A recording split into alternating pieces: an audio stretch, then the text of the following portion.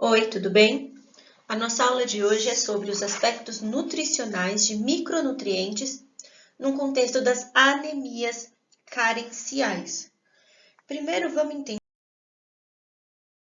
o que é o sangue, que é o local onde essas alterações vão acontecer. O sangue ele é um tipo de tecido conjuntivo, tido como um tecido líquido, e muitos autores classificam ele como uma variação do tecido conjuntivo e a sua matriz extracelular é o plasma sanguíneo e as células residentes desse tecido, os glóbulos brancos e os glóbulos vermelhos. Qual que é a função desse sangue no sistema? Então, ele tem uma função básica que é transportar substâncias, das quais se destacam o oxigênio, o CO2 e os nutrientes para as células. Também retira desses tecidos justamente esses resquícios das atividades celulares, esses metabólitos, como o gás carbônico produzido durante a respiração celular e os restos metabólicos dos processos que tem. Conduz hormônios pelo organismo, então ele também é uma grande via para a gente conduzir os hormônios produzidos e desempenha justamente um papel importante na ação contra agentes nocivos por conter os glóbulos brancos, os leucócitos, que são as nossas células de defesa. Pensando no sangue, o foco da aula hoje, como é anemia, nós iremos então avaliar, analisar as hemácias, ou também conhecidas como eritrócitos ou glóbulos vermelhos. São células anucleadas, isso quer dizer que não apresentam um núcleo. Elas perdem esse núcleo durante a sua diferenciação na medula óssea e elas apresentam também grande quantidade de proteína, conhecida como hemoglobina, que vai ter a função de transportar o oxigênio. Elas têm uma forma de disco bicôncavo, então o que isso quer dizer? Elas são mais delgadas no centro e nesse contexto, por serem mais delgadas, ao olhar no microscópio, esse centro ele fica um pouco mais descorado em relação às extremidades. Então, quais são as composições das hemácias? Elas têm uma forma, um disco bicôncavo, são anucleadas.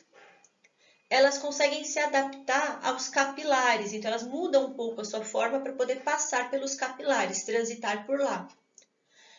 Tem uma presença de hemoglobina, justamente é isso que lhe confere a cor vermelha, isso é o que confere a cor vermelha no sangue.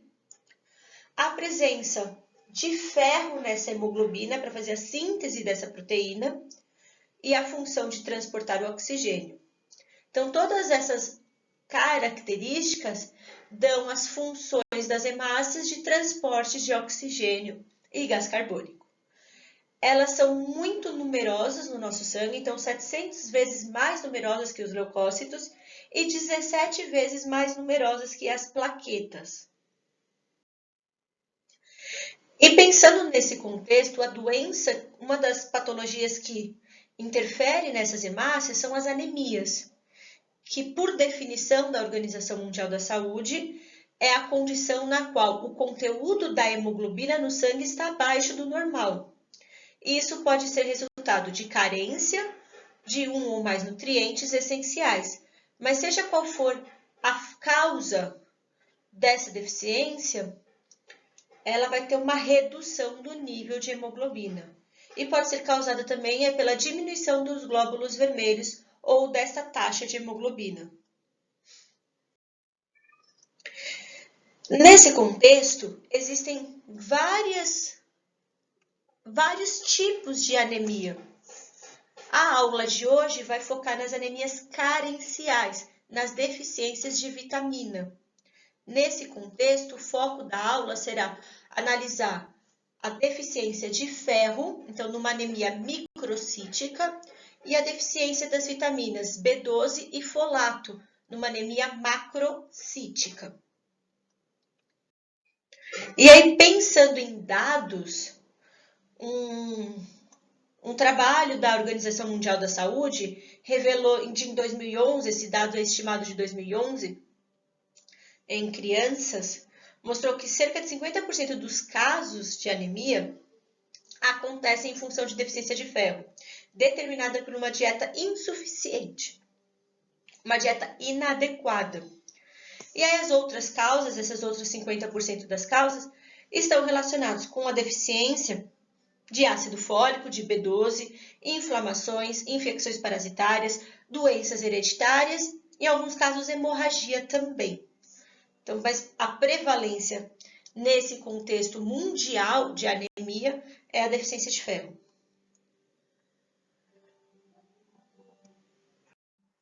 E aí, pensando nessas anemias carenciais, elas são um grupo de alterações que, apesar de não apresentar uma doença específica, há carência de elementos essenciais na eritropoese, então, na produção dessas hemácias, que seriam as deficiências de ferro, folato e vitamina B12. Nesse contexto, podemos classificar as anemias como anemia megaloblástica. Então, toda vez que for neste contexto, a deficiência será das vitaminas B12 e folato. E anemia ferropriva, ou anemia microcítica, que vai ser a deficiência do ferro sérico ou da ferritina. Então, essas alterações por uma anemia macro-megaloblástica e por uma anemia micro, anemia ferropriva. Então, vamos começar falando no contexto da vitamina B12 e ácido fólico. Primeiro, essas duas proteínas, elas são essenciais na maturação normal dos glóbulos vermelhos. Então, elas participam da síntese dos eritrócitos. E atuam como? Elas atuam na síntese de DNA da eritropoese. E com isso, uma síntese correta, uma formação dessas hemácias corretas, elas vão conseguir oxigenar os tecidos de forma normal, de forma homeostática. Quando há deficiência dessas proteínas, do ácido fólico e da vitamina B12, há uma disfunção nessa maturação, então nessas linhagens medulares, principalmente nesse contexto, na produção, na síntese dos eritrócitos. Esse defeito na síntese, o que faz? Afeta essas células, que elas têm essa renovação rápida, e há um desequilíbrio no crescimento e divisão celular durante a síntese ali na medula óssea. A consequência disso, uma menor oxigenação dos tecidos. A medula óssea vai ter que liberar células ainda em desenvolvimento, células grandes, para tentar suprir essa necessidade. Então, a liberação dessas células megaloblásticas, ao invés da liberação de células normais na circulação. E quais seriam as causas dessa anemia, desse contexto? Primeiro, a baixa ingestão das vitaminas B12 e B9, que é o folato. Outra causa, condições que você tem alteração na absorção dessas vitaminas. Ou também num contexto que a sua necessidade metabólica aumenta, ou você perde essas proteínas. Num contexto de gravidez, que você tem um aumento do consumo metabólico dessas vitaminas, você então tem que aumentar o consumo de ingesta de alimentos com essas vitaminas. É um tipo de anemia que tem uma instalação lenta e progressiva. Então, vai só descobrir que tem esse contexto de anemia quando os níveis já estiverem muito baixos. Aí, nesse contexto, só apresentam sintomas dessa anemia quando há diminuição importante, uma diminuição expressiva da hemoglobina e do hematócrito, que são padrões hematiméticos, padrões que são analisados no hemograma. Já a vitamina B9, ou ácido fólico, esse fólico vem de fólium, que significa folha. Então, ela é intensamente suscetível à oxidação, congelamento, aos preparos em si. E tem uma perda aí de 50% a 95% do seu conteúdo. Os alimentos que têm maior teor de ácido fólico são vegetais folhosos, verdes escuros, frescos, fígado, amendoim, ovos, frutas e grãos integrais.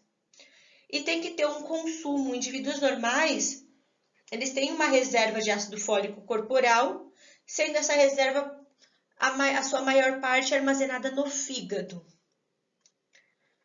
Já o transporte e o estoque dessa B9 acontece da seguinte forma. A gente tem, então, a ingesta desses alimentos, há o processo de digestão. Quando essa vitamina ela chega no intestino, na parte lá do duodeno e do jejum, a absorção pelas células da mucosa intestinal, pelos enterócitos.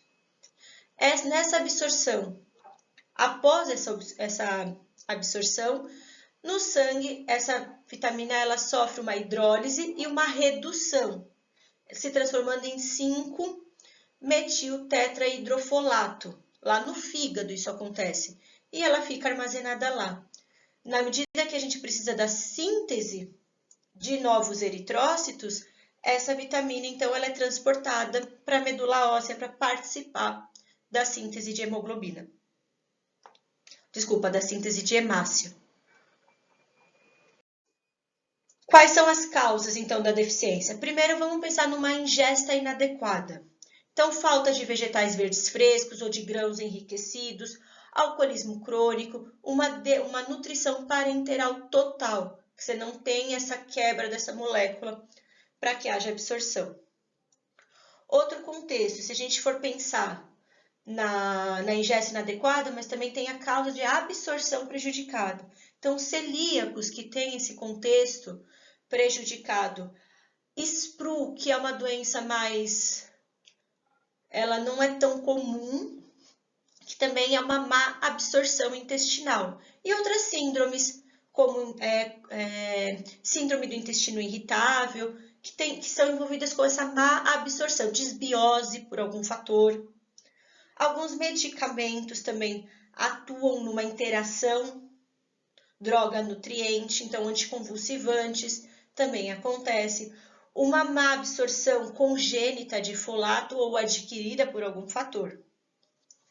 Então, como dito, esse contexto de interação droga-nutriente, a utilização inadequada, por exemplo, de antagonistas do folato, que vão inibir a sua absorção, como a metformina, o metotrexato, todos esses medicamentos, alguns anticonvulsivantes, ou se não até deficiência enzimática congênita e o alcoolismo. Agora, quando a gente consome demais, então tem um aumento da demanda, nesse contexto seria na gestação, na lactação, na infância e quando há o aumento do metabolismo. E uma excreção aumentada em pacientes que têm problema renal, no contexto de diálise renal, ok? Então, também se a gente for pensar na deficiência de folato durante a gestação, se você não faz uma suplementação correta, pode acontecer anormalidades de fechamento do tubo neural do bebê. Então, a reposição desse ácido fólico é essencial para que haja essa função, esse fechamento. Pode acontecer também doenças vasculares e algumas neoplasias de cólon. Já, por outro lado, a vitamina B12 também não é sintetizada no corpo, então também da dieta. Sua fonte agora consiste principalmente em produtos animais, como a carne, leite e derivados. Nosso corpo também tem uma necessidade mínima para o seu consumo e sendo 50% armazenada no fígado também. Por vir direto da dieta, o que acontece? Quais são as etapas para a gente ter uma absorção e um transporte dessa vitamina? Então, alimentos que contêm a vitamina B12 são ingeridos e sobe o processo de digestão no estômago. Lá no estômago, nós temos células também que liberam um fator intrínseco. As células parietais vão liberar pepsina, enzima para digestão gástrica, e as células principais, o HCl, fator intrínseco. Esse fator intrínseco liberado no estômago, ele vai se associar à vitamina B12 lá no intestino. Então, após todo o processo de digestão, esse fator intrínseco com a vitamina B12, eles são associados no jejum e no ilho, e assim a gente tem a facilitação da absorção dessa vitamina, que ocorre na presença dos íons de cálcio para poder abrir os canais de cálcio e ter o transporte. Essa vitamina B12, então, quando cai na corrente sanguínea, na circulação, ela vai se ligar a uma proteína transportadora, que é sintetizada pelo fígado, que é a transcobalamina 2. Aí, assim, ela vai ser direcionada, então, para o fígado para ter o seu estoque, a sua metabolização. Existem perdas diárias? Tem, porque depois a gente vai ver que, no contexto da excreção da bile, a gente tem algumas perdas diárias dessa proteína. Causas e deficiências da ausência da vitamina B12. Primeiro, uma dieta inadequada. Então, uma dieta restritiva vegana, bebês amamentados por mães veganas e essas dietas restritivas da moda, que tem essa como que eu posso dizer? Eliminação de alguns alimentos, aí uma dieta mais restrita. Num contexto também de absorção prejudicada, quando há falta do fator intrínseco, sem o fator intrínseco, a gente também não consegue fazer a absorção dessa vitamina. Então, em decorrência de uma gastrite atrófica metaplástica, o que quer dizer isso? A troca daquele tecido estomacal por um tecido mais fibroso, de cicatrização, a destruição da mucosa gástrica, cirurgias bariátricas. Alguns medicamentos também que interferem na inibição do fator intrínseco, diminuição da secreção gástrica, distúrbios no intestino delgado, então doenças inflamatórias intestinais, doenças celíacas, câncer, distúrbios pancreáticos ou biliares. Competição pelo sítio de ligação da vitamina B12 em infecções por vermes de peixe ou síndrome de alça cega. Então, tem uma competição pela ligação ali. E pacientes com AIDS. Utilização inadequada. Então, a gente não consegue utilizar a vitamina B12 ingerida. Na deficiência enzimática, alguns problemas de hepatopatias, que interferem também na síntese das proteínas transportadoras, e anormalidades de transportes de proteína. E uma interação também medicamentosa, então seria essa interação droga-nutriente com antiácidos, a metformina e óxido nitroso. As consequências de uma vitamina B12, a deficiência de uma vitamina B12, ela vai desde parestesias a distúrbios sensitivos e vibratórios e alterações do sistema nervoso central, como consequência sonolência, preversão de paladar e olfato, demência e psicose, que ela é considerada, nesses casos, de loucura megaloblástica, que podem também levar a quadros de depressão. Essa vitamina ela é muito importante no desenvolvimento do sistema nervoso, porque através dela há a síntese da mielina, que é aquela proteína que reveste os axônios para que haja uma melhor condução dos impulsos nervosos. Na ausência, há uma desmielinização nesses neurônios e a dificuldade da transmissão dos impulsos nervosos, neste caso. E quais são as apresentações clínicas de um paciente com deficiência de B12 ou B9? Então, cai os níveis plasmáticos de B12 e B9 pelas suas diversas causas, diminui a síntese de DNA lá da medula óssea dessas células de eritrócitos. Com isso, cai a divisão mitótica. Então, por conta de cair essa divisão, as células vão começar a aumentar o seu volume. Então, diminui o número e volume de eritrócitos. Por conta disso, as células são liberadas jovens, são liberadas maiores do que o normal para tentar suprir essa carência de transporte de oxigênio. Então, interfere diretamente na eritropoese dos glóbulos vermelhos. Então, interfere diretamente na síntese dos glóbulos vermelhos. Quais são os principais sintomas que o paciente vai apresentar numa deficiência megaloblástica? Perda de apetite e despeso, fraqueza e cansaço, coração acelerado, porque vai estar tentando, tudo isso é para tentar aumentar o transporte de oxigênio, dor abdominal, enjoos, diarreia, alteração da pele e do cabelo, bocas e línguas mais sensíveis, dormência nos dedos. Em mulheres grávidas pode acontecer parto prematuros e má formação fetal. E durante o crescimento e a puberdade, a ausência dessas proteínas pode retardar este crescimento. Já no contexto de anemia ferropriva, que é a deficiência de ferro, essa é a mais comum em todo o mundo. Ela afeta principalmente crianças, mulheres e gestantes. Então, quando ela se desenvolve, quando nossos estoques de ferro no organismo estão esgotados e o suprimento de ferro para os órgãos fica comprometido. Enquanto não acontece esse extremo, a gente não tem os sinais e sintomas da anemia. Então, ela é um problema de saúde pública. Em torno de 51% das crianças de 0 a 4 anos nos países em desenvolvimento apresentam anemia ferropriva. Então, os grupos mais atingidos são justamente isso.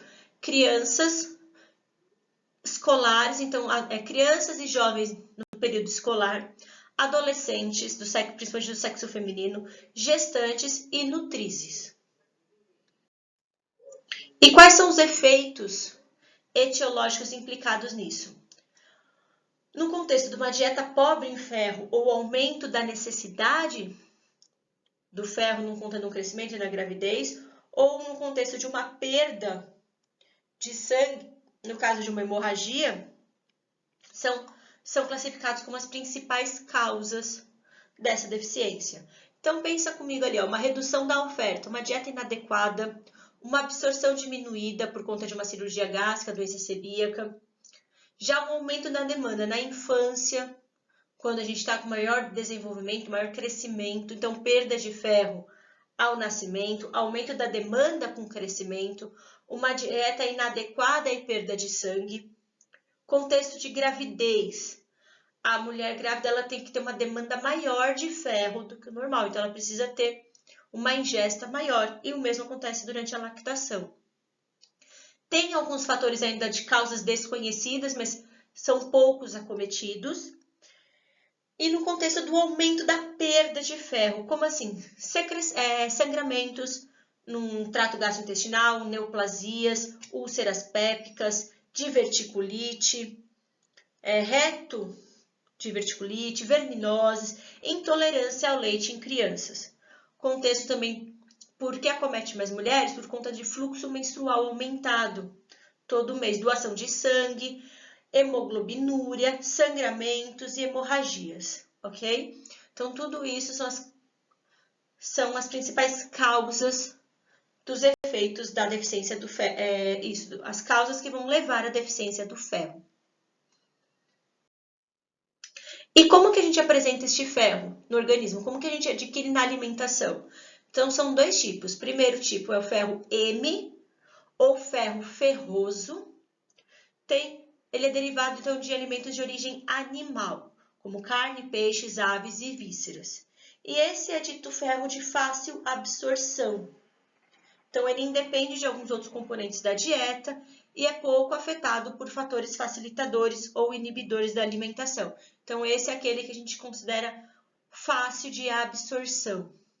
Também existe o ferro não M, ou ferro férrico, que ele vem de alimentos de origem vegetal, como cereais, leguminosas, vegetais e laticínios. Ele é considerado de difícil absorção.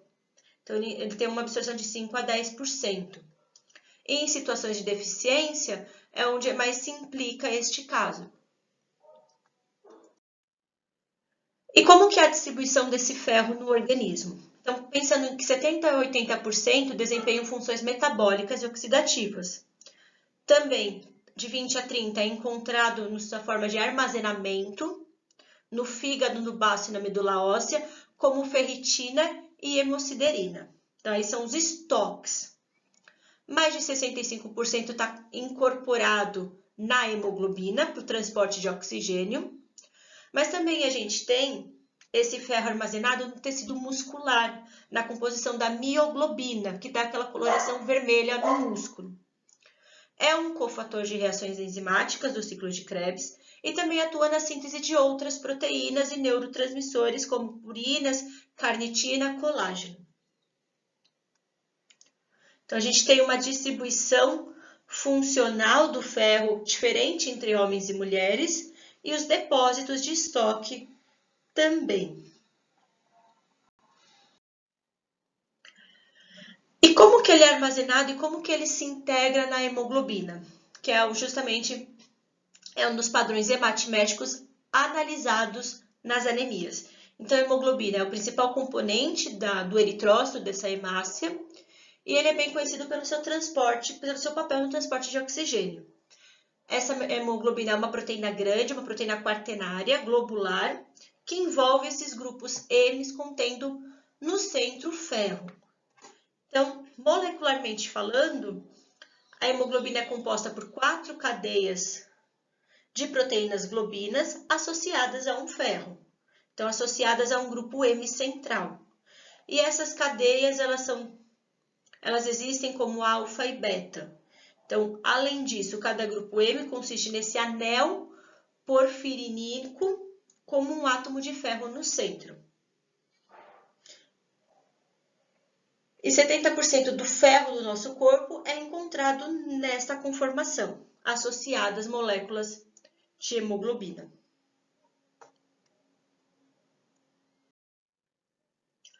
E como resultado da síntese de hemoglobina, requer um suprimento adequado de ferro na dieta. Então, a maior parte deste ferro vem das carnes vermelhas, feijões, espinafres e alguns alimentos que são fortificados com ferro. O ferro, então, é absorvido no intestino delgado por transporte ativo. Então, vamos começar. Número 1, o ferro é ingerido pela dieta. Então, acontece o processo de digestão lá no estômago. Quando ele chega no processo de absorção lá no intestino delgado, ele passa pelas células intestinais, pelos enterócitos, através de um transporte ativo. Cai no plasma após isso. Então, ele é associado à sua proteína de transporte, à sua proteína carreadora, a transferrina, que vai se ligar no ferro no sangue. Em seguida, e quem sintetiza essa transferrina é o fígado. Então, o fígado estoca esse excesso de ferro como ferritina. Depois, os estoques estão ali e ele produz uma proteína que é a transferrina, que é a proteína que vai transportar o ferro. Esse ferro chega agora na medula óssea.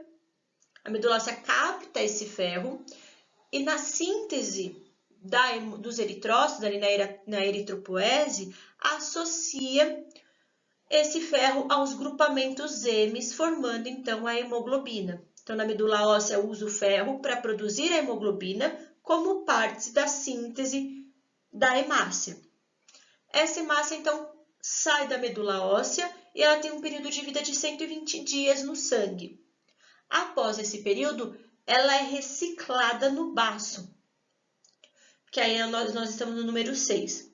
O que o baço vai fazer? O baço ele degrada essas hemácias, ele destrói esses eritrócitos velhos e converte essa hemoglobina em bilirrubina. Agora, essa bilirrubina, ela sai do baço e é liberada na corrente sanguínea. Ela segue 2 caminhos, a bilirrubina. Ela pode ser a bilirrubina e seus metabólitos excretados na urina ou entra na parte do fígado.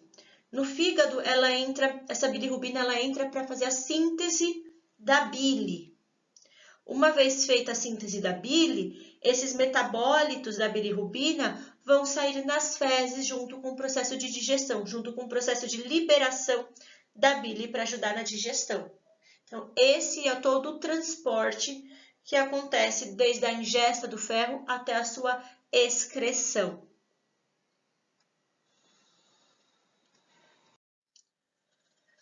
E qual que é a etiologia? O que acontece numa deficiência de ferro? O que pode resultar? Primeiramente, ausência dietética, prejuízos na absorção, aumento na necessidade e perda de sangue. Para manter esse equilíbrio de ferro normal, a gente tem que ter uma ingesta adequada diariamente. E a biodisponibilidade desse ferro é tão importante quanto o seu conteúdo geral. Como eu dito anteriormente, o ferro M é muito mais absorvível que o ferro inorgânico, que precisa de outros fatores. Nesse caso, existem fatores que podem estimular a absorção do ferro e fatores que podem inibir a absorção do ferro. Nesse contexto, fatores que estimulam são o ácido ascórbico, a carne e o leite materno, o leite humano. Fatores que inibem são proteínas do leite de vaca, os fitatos, como vegetais, aveias e fibras, e os polifenóis, como legumes, chá, café e vinho, além do cálcio. Devido a essa baixa disponibilidade, o que recomenda-se é que na mesma refeição a ingerir alimentos que melhorem a sua absorção. Então, pessoas que têm uma deficiência de ferro, ou até mesmo no dia a dia, para você aumentar essa biodisponibilidade, tem que fazer associação com alguns alimentos, como por exemplo, alimentos ricos em vitamina C, que ajudam nessa absorção do ferro, como frutas cítricas, laranja, cerola, limão, caju, e vitamina A, que está presente nas frutas, como mamão e manga, e nas hortaliças, como abóbora e cenoura. Isso tudo para aumentar a absorção do ferro. A sua deficiência, você não percebe de cara. Ela tem manifestações tardias, então há um balanço negativo e prolongado do ferro. E muitas vezes isso é sinal de outras doenças também. Quando que vai começar a acontecer a deficiência de ferro? Quando houver a extinção dos estoques. E aí, quais são as principais manifestações clínicas? Redução do crescimento, quando em crianças e adolescentes, uma fadiga generalizada, anorexia, palidez na pele e na mucosa, função muscular comprometida, então há uma redução na performance, porque ele também está envolvido nas mioglobinas, que é a proteína que armazena o oxigênio no músculo, uma menor disposição para o trabalho, dificuldade de aprendizagem, já que ele também está envolvido na síntese de neurotransmissores, dificuldade em manter a temperatura corporal, perversão do apetite, anormalidades do sistema imune. Ok? E aí tem uma das curiosidades, é que as pessoas com deficiência de ferro podem ter apetites por coisas ou substâncias não alimentares, como terra, gelo, macarrão, limão, giz, nesse contexto, para tentar suprir essa deficiência. E como a gente faz o diagnóstico das anemias? Então, primeiro, como que vocês vão abordar o paciente que pode estar com esses tipos de anemia? Histórico do paciente, um exame físico e avaliação laboratorial. Então, o hemograma, neste caso, é fundamental para o diagnóstico, para uma conduta de reposição dessas vitaminas. Pensando nisso, o que é o hemograma? O hemograma, então, ele fornece a contagem sanguínea, apenas isso. Então, ele confere a contagem dos componentes do sangue, os componentes celulares do sangue. Além disso, ele dá as seguintes informações importantes para diferenciar as anemias, que é o VCM, volume corpuscular médio. O que significa isso? É quando você vai avaliar um eritrócito apenas. O corpúsculo é uma pequena célula. Quando também você vai avaliar a hemoglobina corpuscular média, ou HCM, é a quantidade de hemoglobina que cada célula tem. Então, isso interfere na capacidade. Se ela tem pouca hemoglobina, o transporte de oxigênio fica prejudicado. Então, tem como avaliar isso também. E a concentração de hemoglobina corpuscular média, que é o CHCM, que é a quantidade de hemoglobina por um volume de célula, um volume de eritrócito. Então, por exemplo, quais são os fatores, os padrões hematiméticos aqui? Quais a gente tem que avaliar para diferenciar numa anemia? Primeiro padrão, hematócrito. O que o hematócrito é? Ele vai ser, após uma centrifugação, nós vamos avaliar a porcentagem do volume total de sangue, que é ocupado pelos glóbulos vermelhos. Tem que ficar em torno de 40% a 50% do sangue. Os outros componentes são os glóbulos brancos e o plasma sanguíneo. Além disso, a hemoglobina. Então, o valor de hemoglobina reflete a capacidade de transporte do oxigênio. A contagem total desses glóbulos vermelhos. Então, nesse contexto, são esses os padrões que serão analisados num hemograma. Então, por exemplo, um hemograma, tá aqui, ele é dividido em série vermelha e série branca. No caso de diagnósticos de anemias, nós vamos focar na série vermelha, então na porcentagem de eritrócitos, de hemoglobina, do hematócrito, VCM, HCM, CHCM. São os padrões hematiméticos para serem analisados. E aí, o que é o hematócrito? Como a gente vai determinar isso? Então, hematócrito representa a porcentagem do volume ocupado pelas hemácias. Então, como exemplo aqui no desenho, um hematócrito normal, a gente vai ter uma porcentagem de plasma, que tem as proteínas, a água, os nutrientes, os hormônios, uma fina camada de glóbulos brancos e a parte dos glóbulos vermelhos ali, dentro do plasma. Então, num sangue normal, a gente tem essas porcentagens. No caso de uma anemia ou numa hemorragia, a gente tem uma redução desse número de hematócrito. Então, quando a gente analisa isso, o padrão fica menor. Em casos de desidratação ou choque, os padrões são invertidos, há um aumento desse hematócrito. Então, isso já é indicativo de uma patologia. Na hemoglobina, então, um dos componentes da hemácia, que transporta oxigênio, quando alta no sangue, pode ser por conta de queimaduras, insuficiência cardíaca, algumas doenças como talassemia, desidratação, anemia falciforme. Baixa, no contexto de gravidez, anemias, como deficiência de ferro, desnutrição, doença renal e câncer. O que acontece na carência de ferro? Existem alguns estágios para perder esses estoques. Então, primeiro, você tem uma depleção do ferro, e aí afeta os depósitos. Há uma diminuição, então, de ferritina, que é o depósito, como esse ferro está armazenado no fígado. Depois, há uma deficiência de ferro. Então, ali foi a depleção dos estoques. Agora, deficiência de ferro, então vai começar a ter um problema na eritropoese, então na formação, na síntese dessas novas hemácias, como a diminuição da ferritina, a diminuição do ferro sérico. E aí, o que acontece? Aumenta a proteína que capta o ferro, já que ela não tem com quem se acoplar, ela vai ficar em maior disponibilidade no sangue. A consequência disso, então, é a doença em si, a anemia ferropriva, que é a diminuição da hemoglobina no sangue. Então, tá aqui os padrões, os parâmetros bioquímicos. Então, no estágio inicial, a gente tem uma diminuição dos estoques, a ferritina, mas os outros padrões a serem analisados estão normais, porque aqui só foi o estoque. Agora, quando a gente depleta todo o estoque, começa a interferir na parte sérica. Então, o ferro circulante diminui, aquela sua proteína carreadora, ela aumenta, já que ela não tem com quem se ligar. Esses mesmos padrões vão acontecendo no estágio 3 e 4. Então, há um aumento da porcentagem de saturação dessa proteína no sangue. Agora, ela está diminuída porque ela não está sendo usada.